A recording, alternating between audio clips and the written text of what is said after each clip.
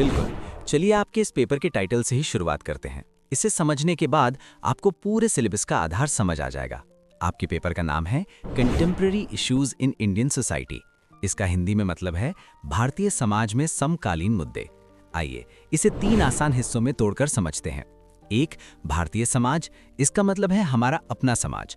भारत दुनिया के सबसे पुराने समाजों में से एक है, जहां बहुत सारी विविधताएं हैं, जैसे अलग अलग धर्म, जातियां, भाषाएं और क्षेत्र। जब हम इस विषय को पढ़ते हैं तो हम ये देखते हैं कि एक भारतीय होने के नाते हम आपस में कैसे जुड़े हुए हैं। 2, समकालीन। समकालीन का अर्थ होता है आज के समय का या वर्तमान दौर का। इतिहास में हम पुरानी बातें पढ़ते हैं, लेकिन इस विषय में हम उन चीज़ों पर बात करेंगे जो अभी यानी प्रेजेंट टाइम में भारत में घट रही हैं। जैसे आज के दौर में राजनीति कैसी है, आज मीडिया का क्या हाल है, आज देश के सामने सबसे बड़ी समस्याएं क्या हैं। 3, मुद्दे। मुद्दे का मतलब है वे विषय या चुनौतियां जिन पर बहस की जरूरत है या जिन्हें सुलझाना जरूरी है। ये सकारात्मक भी हो सकते हैं और नकारात्मक भी। उदाहरण के लिए, देश को एक कैसे रखा जाए, यूनिट 1, चुनाव में क्या सुधार होने चाहिए, यूनिट 4 आदि। निष्कर्ष, सरल भाषा में कहें तो इस पेपर में आप ये पढ़ेंगे कि आज के आधुनिक भारत में समाज और राजनीति के सामने कौन सी मुख्य चुनौतियां और बदलाव खड़े हैं। ये विषय आपको सिर्फ किताबी ज्ञान नहीं देगा, बल्कि आपको एक जागरूक नागरिक बनाएगा, ताकि आप टीवी पर चल रही डिबेट्स, चुनाव और देश की समस्याओं को गहराई से समझ सकें। चलिए शुरू करते हैं यूनिट 1, राष्ट्रीय एकीकरण से। इसे समझने के लिए हम इसे 3 आसान हिस्सों में बांटते हैं: अर्थ, चुनौतियां और समाधान। 1, राष्ट्रीय एकीकरण क्या है? सरल शब्दों में कहें तो विविधता में एकता ही राष्ट्रीय एकीकरण है। भारत एक ऐसा देश है जहां अलग अलग धर्मों, भाषाओं, जातियों और संस्कृतियों के लोग रहते हैं। इन सब के बावजूद जब हम खुद को पहले भारतीय मानते हैं और देश के प्रति प्रेम और एकता की भावना रखते हैं, तो इसे ही राष्ट्रीय एकीकरण कहते हैं। ये एक ऐसी मनोवैज्ञानिक प्रक्रिया है जो लोगों को एक सूत्र में बांधती है। 2, मुख्य चुनौतियां, चैलेंजेस। भारत जैसे विशाल देश को एक रखने में कुछ रोड़े या बाधाएं आती हैं, जिन्हें आपके सिलेबस में चुनौतियां कहा गया है।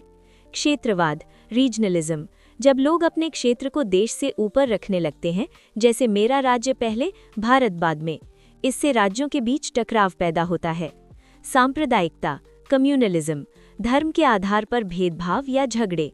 जब एक धर्म के लोग दूसरे धर्म के प्रति नफरत पाल लेते हैं, तो देश की एकता कमजोर होती है। 3, भाषावाद, लिंग्विज्म। भाषा को लेकर विवाद। भारत में भाषाओं की विविधता है और कई बार भाषा के आधार पर राज्यों के बीच तनाव पैदा हो जाता है। 4, जातिवाद, कास्टिज्म। राजनीति और समाज में जाति के आधार पर बंटवारा होना। 5, आतंकवाद और अलगाववाद। कुछ समूह देश से अलग होने की मांग करते हैं, जो राष्ट्रीय एकता के लिए सबसे बड़ा खतरा है। 3, समाधान। इन समस्याओं को कैसे दूर किया जा सकता है? 1, शिक्षा, एजुकेशन। बच्चों को शुरू से ही सहिष्णुता और देश प्रेम की शिक्षा देना। 2, समान विकास। अगर देश के हर हिस्से, गांव, शहर, पिछड़े इलाके का बराबर विकास होगा तो किसी को शिकायत नहीं होगी। 3, धर्मनिरपेक्षता, सेक्युलरिज्म। सरकार और कानून की नज़र में सभी धर्म बराबर होने चाहिए। 4, सांस्कृतिक आदान प्रदान। एक राज्य के लोग दूसरे राज्य की संस्कृति को समझें और उसका सम्मान करें। 5, मजबूत कानून। नफरत फैलाने वालों के खिलाफ सख्त कार्रवाई। निष्कर्ष, यूनिट 1 का मुख्य मकसद आपको ये समझाना है कि भारत जैसे विविधता वाले देश में एकता बनाए रखना कितना जरूरी है और वे कौन सी चीजें हैं जो इस एकता को तोड़ना चाहती हैं। याद रखने वाली बात, राष्ट्रीय एकीकरण केवल जमीन का जुड़ाव नहीं है, बल्कि दिलों का जुड़ाव है। क्या यूनिट 1 का ये परिचय आपको समझ आया? अगर हाँ, तो क्या हम यूनिट 2, धर्मनिरपेक्षता, सेक्युलरिज्म की तरफ बढ़ें? चलिए अब बात करते हैं यूनिट 2, धर्मनिरपेक्षता, भारत में सिद्धांत और व्यवहार पर। ये विषय भारत के लिए बहुत महत्वपूर्ण है, क्योंकि हमारा देश दुनिया के सबसे विविध धार्मिक देशों में से एक है। इसे हम 2 मुख्य हिस्सों में बात कर समझेंगे, सिद्धांत और व्यवहार। 1, धर्मनिरपेक्षता का अर्थ। साधारण शब्दों में धर्मनिरपेक्षता का अर्थ है कि राज्य यानी सरकार का अपना कोई राजकीय धर्म नहीं होगा। सरकार सभी धर्मों को समान नज़र से देखेगी और किसी भी नागरिक के साथ उसके धर्म के आधार पर भेदभाव नहीं करेगी। 2, भारतीय सिद्धांत। पश्चिमी देशों यानी अमेरिका या फ्रांस की धर्मनिरपेक्षता और भारत की धर्मनिरपेक्षता में एक बड़ा अंतर है। पश्चिमी मॉडल, यहाँ धर्म और राज्य के बीच एक पक्की दीवार होती है, सरकार का धर्म से कोई लेना देना नहीं होता। भारतीय मॉडल, सर्वधर्म समभाव, भारत में सरकार सभी धर्मों का सम्मान करती है। अगर जरूरत पड़े तो सरकार सामाजिक सुधार के लिए धार्मिक मामलों में हस्तक्षेप भी कर सकती है, जैसे छुआछूत को खत्म करना या 3 तलाक जैसे कानून बनाना। 3. भारत में व्यवहार। सिद्धांत तो बहुत अच्छे हैं, लेकिन असलियत यानी प्रैक्टिस में कुछ चुनौतियां और बहस के मुद्दे सामने आते हैं। संवैधानिक सुरक्षा। भारतीय संविधान की प्रस्तावना में धर्मनिरपेक्ष शब्द जोड़ा गया है। अनुच्छेद 25 से 28 तक हर नागरिक को अपना धर्म मानने और उसका प्रचार करने की आज़ादी दी गई है। अल्पसंख्यक अधिकार। हमारे यहाँ अल्पसंख्यकों को अपनी भाषा और संस्कृति बचाने के विशेष अधिकार दिए गए हैं। राजनीति और धर्म। व्यवहार में कई बार देखा जाता है कि चुनाव के समय धर्म का इस्तेमाल वोट बैंक के लिए किया जाता है, जो धर्मनिरपेक्षता के असली सिद्धांत के खिलाफ है। समान नागरिक संहिता पर बहस। क्या देश में सभी धर्मों के लिए एक जैसा पारिवारिक कानून होना चाहिए? ये आज के समय का एक बड़ा मुद्दा है। निष्कर्ष, यूनिट 2 आपको ये सिखाती है कि भारत जैसे देश में जहां हिंदू, मुस्लिम, सिख, ईसाई, बौद्ध, जैन सब साथ रहते हैं, वहां धर्मनिरपेक्षता सिर्फ एक कानून नहीं बल्कि एक ज़रूरत है। सरकार को निष्पक्ष रहना चाहिए ताकि देश में शांति बनी रहे। क्या यूनिट 2 का ये धर्म और राजनीति वाला तालमेल आपको समझ आया? अब अगली यूनिट 3, भारत में नक्सल आंदोलन काफी दिलचस्प और थोड़ी गंभीर है। क्या उसके बारे में विस्तार से चर्चा करें? चलिए अब बात करते हैं यूनिट 3, भारत में नक्सल आंदोलन की। ये भारत की आंतरिक सुरक्षा से जुड़ा हुआ एक बहुत ही गंभीर और महत्वपूर्ण मुद्दा है। इसे हम कहानी की तरह स्टेप बाय स्टेप समझेंगे। 1. शुरुआत कहाँ से हुई? नक्सलवाद का नाम पश्चिम बंगाल के एक छोटे से गांव नक्सलबाड़ी से पड़ा है। साल 1967। नेता चारू मजूमदार और कानू सान्याल। वजह, वहां के गरीब किसानों और मजदूरों पर जमींदारों द्वारा किए जा रहे शोषण के खिलाफ एक हिंसक विद्रोह शुरू हुआ। उनका मानना था कि बंदूक की नली से ही क्रांति आती है। 2. मुख्य विचारधारा। नक्सलवादी माओवाद की विचारधारा को मानते हैं। वे मौजूदा लोकतांत्रिक व्यवस्था, चुनाव, सरकार, पुलिस को नहीं मानते। उनका लक्ष्य है सशस्त्र क्रांति के जरिए सरकार को उखाड़ फेंकना और गरीबों और मजदूरों का शासन स्थापित करना। वे मुख्य रूप से जल, जंगल और जमीन पर आदिवासियों के हक की बात करते हैं। 3. Red corridor. नक्सलवाद भारत के कुछ खास हिस्सों में फैला हुआ है, जिसे लाल गलियारा कहा जाता है। इसमें मुख्य रूप से ये राज्य शामिल हैं। छत्तीसगढ़, बस्तर का इलाका सबसे ज्यादा प्रभावित है। झारखंड, उड़ीसा, बिहार और आंध्र प्रदेश अब यहाँ काफी कम हो गया है। 4. आंदोलन के कारण। नक्सलवाद सिर्फ एक कानून व्यवस्था की समस्या नहीं है, इसके पीछे गहरे सामाजिक आर्थिक कारण हैं। 1. आदिवासियों का विस्थापन। जंगलों में खनन के लिए आदिवासियों को उनकी जमीन से हटा देना। 2. विकास की कमी। इन इलाकों में स्कूल, अस्पताल, सड़कें और बिजली का ना पहुंचना। 3. प्रशासनिक लापरवाही। पुलिस और प्रशासन द्वारा गरीबों का शोषण या उनकी सुनवाई न होना। 5. सरकार का रुख। सरकार इस समस्या से 2 तरीके से निपट रही है। 1. सैन्य कार्रवाई, पुलिस और सीआरपीएफ के जरिए नक्सलियों को रोकना। 2. विकास कार्य, समाधान जैसी योजनाएं चलाकर उन इलाकों में सड़कें बनाना, स्कूल खोलना और युवाओं को मुख्य धारा से जोड़ना। निष्कर्ष, नक्सल आंदोलन शुरू तो हुआ था गरीबों के हक के लिए, लेकिन समय के साथ ये हिंसा और भ्रष्टाचार में फंस गया। आज ये भारत की अखंडता के लिए एक बड़ी चुनौती है, जिसे सिर्फ बंदूक से नहीं बल्कि प्यार और विकास से ही पूरी तरह खत्म किया जा सकता है। क्या यूनिट 3 का ये जंगलों और हक वाला मामला आपको क्लियर हुआ? अब अगली यूनिट 4 चुनावी सुधारों पर बात करें। ये हमारे लोकतंत्र के लिए बहुत जरूरी है। चलिए अब बात करते हैं यूनिट 4, भारतीय लोकतंत्र में चुनावी सुधारों के प्रभाव पर। भारत दुनिया का सबसे बड़ा लोकतंत्र है और यहाँ चुनाव किसी महाकुंभ से कम नहीं होते। लेकिन समय के साथ चुनाव प्रक्रिया में कई कमियां आ गई थीं, जिन्हें सुधारने के लिए कई बदलाव किए गए। यहाँ मुख्य बिंदु दिए गए हैं। 1. चुनावी सुधार क्यों जरूरी हैं?